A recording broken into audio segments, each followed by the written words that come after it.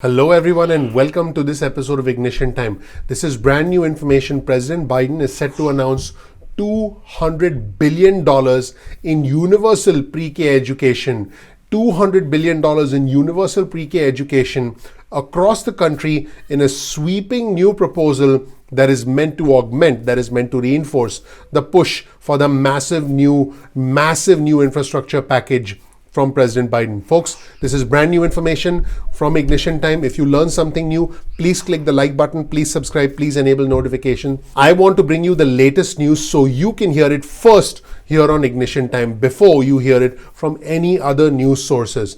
Please click the like button, please subscribe, please enable notifications because that is your way of supporting our channel and all our efforts here at Ignition Time. Here's some new reporting from CNN. You'll see this headline on your screen. Biden set to announce $200 billion for universal pre-K in a sweeping new proposal. I'm going to quote directly from the CNN article. The proposal will direct the funds towards universal preschool for 3 and 4-year-olds through a national partnership with states. The White House is estimating that this will benefit 5 million children and save the average family $13,000 when the plan is fully implemented. Folks, when you consider the fact that families, specifically low-income earners, are getting the child tax credit, the earned income tax credit, and now will get support for universal pre-K, assuming this passes through Congress. We'll have to wait and see what actually happens in Congress. But if this does happen, this is going to release a significant amount of financial pressure. This is going to lift burdens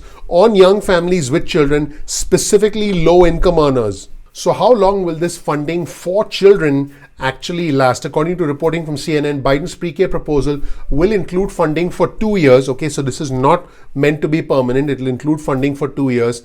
And there'll be a separate plan to fund free community college, according to multiple sources. So clearly, what the Biden administration wants to do is provide funding for preschool as well as for community college so that families don't have to worry about education for young infants as well as for young adults. Pretty ambitious proposal. Also President Biden is going to call for more funding for historically black colleges. Okay, that's what President Biden is going to do, and universities, and he's going to push for funding for other educational institutions with special purposes and special needs. Now folks, that's not all. I did report in another video on our channel that President Biden is going to be pushing for $80 billion in funding. Yes, you heard that right. $80 billion in funding over the course of the next decade for the Internal Revenue Service so that the IRS can have more resources, more staff, more manpower, more technology, more infrastructure to be able to collect tax from the ultra wealthy, because it is the ultra wealthy who have the most sophisticated means to be able to avoid paying their full share of taxes. So President Biden wants to further fund the IRS so that the IRS can collect more money for the federal government. And at the same time, President Biden wants $200 billion in funding over the next 2 years for universal pre-K. This is a sweeping proposal in addition to free community college and money for colleges with a majority of African American students. We also have some additional information about the pre-K proposal from President Biden. President Biden's pre-K proposal, which by the way was a promise during his presidential campaign, will be constructed to prioritize high need areas. So in other words, there'll be specific parts of the country, low income communities, where this kind of funding will be prioritized, and will carry the pledge that it will ensure publicly funded preschool will include, this is important, will include lower student to teacher ratios, okay, lower student to teacher ratios and a developmentally appropriate curriculum. So what the Biden administration is saying is, hey, this isn't going to be, mass crowding with lots and lots of students and very few teachers, and it's going to be a poorly designed curriculum. It's going to be, I quote, a developmentally appropriate curriculum. Now folks, this is very important because Dr. Jill Biden has spent her entire career in teaching. So with the guidance of Dr. Jill Biden and with a plan that hopefully gets support in Congress, we could see a significant improvement in funding for our future generations. Folks, this is important to me personally because I have a 5-year-old son and a 2-year-old daughter, and I do think that children deserve the best education, they deserve the best food, they deserve sleep, they deserve rest, they deserve a social life which has been impacted because of this pandemic. But we need to invest in our children, because children need food, children need energy, children need education more so than adults. In fact, as we grow older, we are less likely to learn new things and we are more likely to get set in our ways. So it's very important for children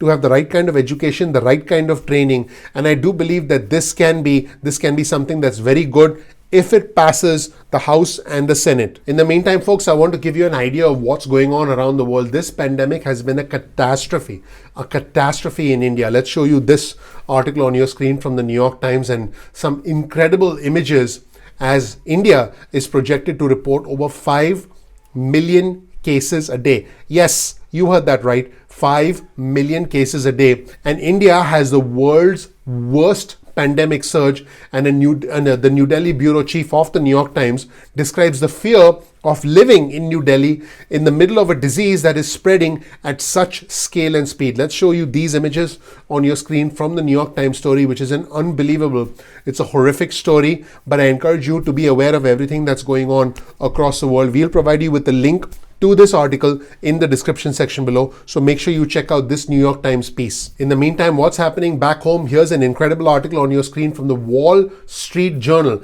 The Wall Street Journal has a new article which reads, "The pandemic changed where Americans live. Big cities lost residents, and what did younger residents do? Younger households left for the suburbs, okay, and older people accelerated retirement moves." In other words, individuals who were not planning on getting retired decided that they would retire. Big cities lost residents, so a lot of people moved out of the big cities, and younger individuals left for the suburbs. Okay, so younger individuals said, "Nah, I don't want to live in a city and I want to live in the suburbs."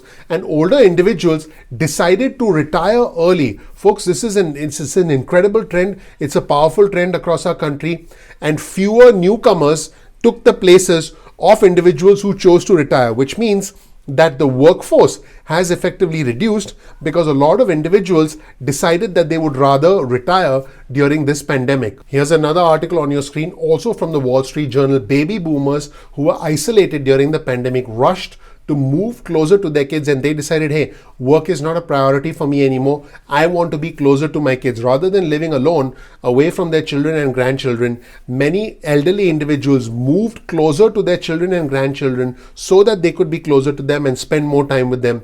And now they're planning to stay. In other words, they don't plan on going back to their original homes. They definitely don't plan on going back to work.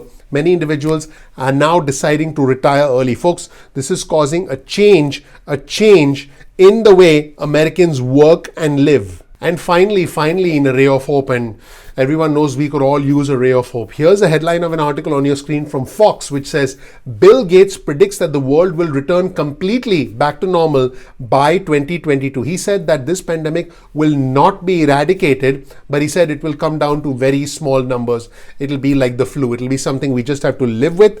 It won't go away completely, but it'll be something that we will learn to deal with because of the advances in medicines, because of the advances in vaccines, and because of herd immunity to some extent. Now, folks, at this point, all I ask of you is please click the like button, please subscribe, please enable notifications. That would mean a lot to me. Let me know what you think of this massive $200 billion proposal, the universal pre-K proposal, the free community college proposal, the $80 billion in funding over the next 10 years proposal to fund the IRS, which I think most of us will tend to agree with, because the IRS should be able to collect money that's owed to the federal government because the federal government is in debt. Let me know what you think of all of these measures from the Biden administration, this horrific wave that is sweeping India, the evolution of how Americans are living and working, or I should say not working and retiring during the pandemic. And finally, whether you agree with Bill Gates about the fact that we'll get back to normal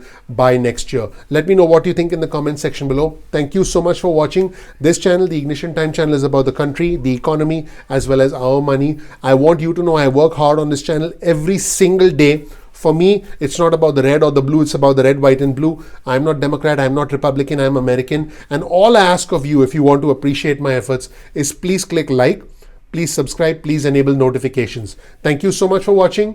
I'm looking forward to seeing you in the next episode of Ignition Time. Take care. Bye.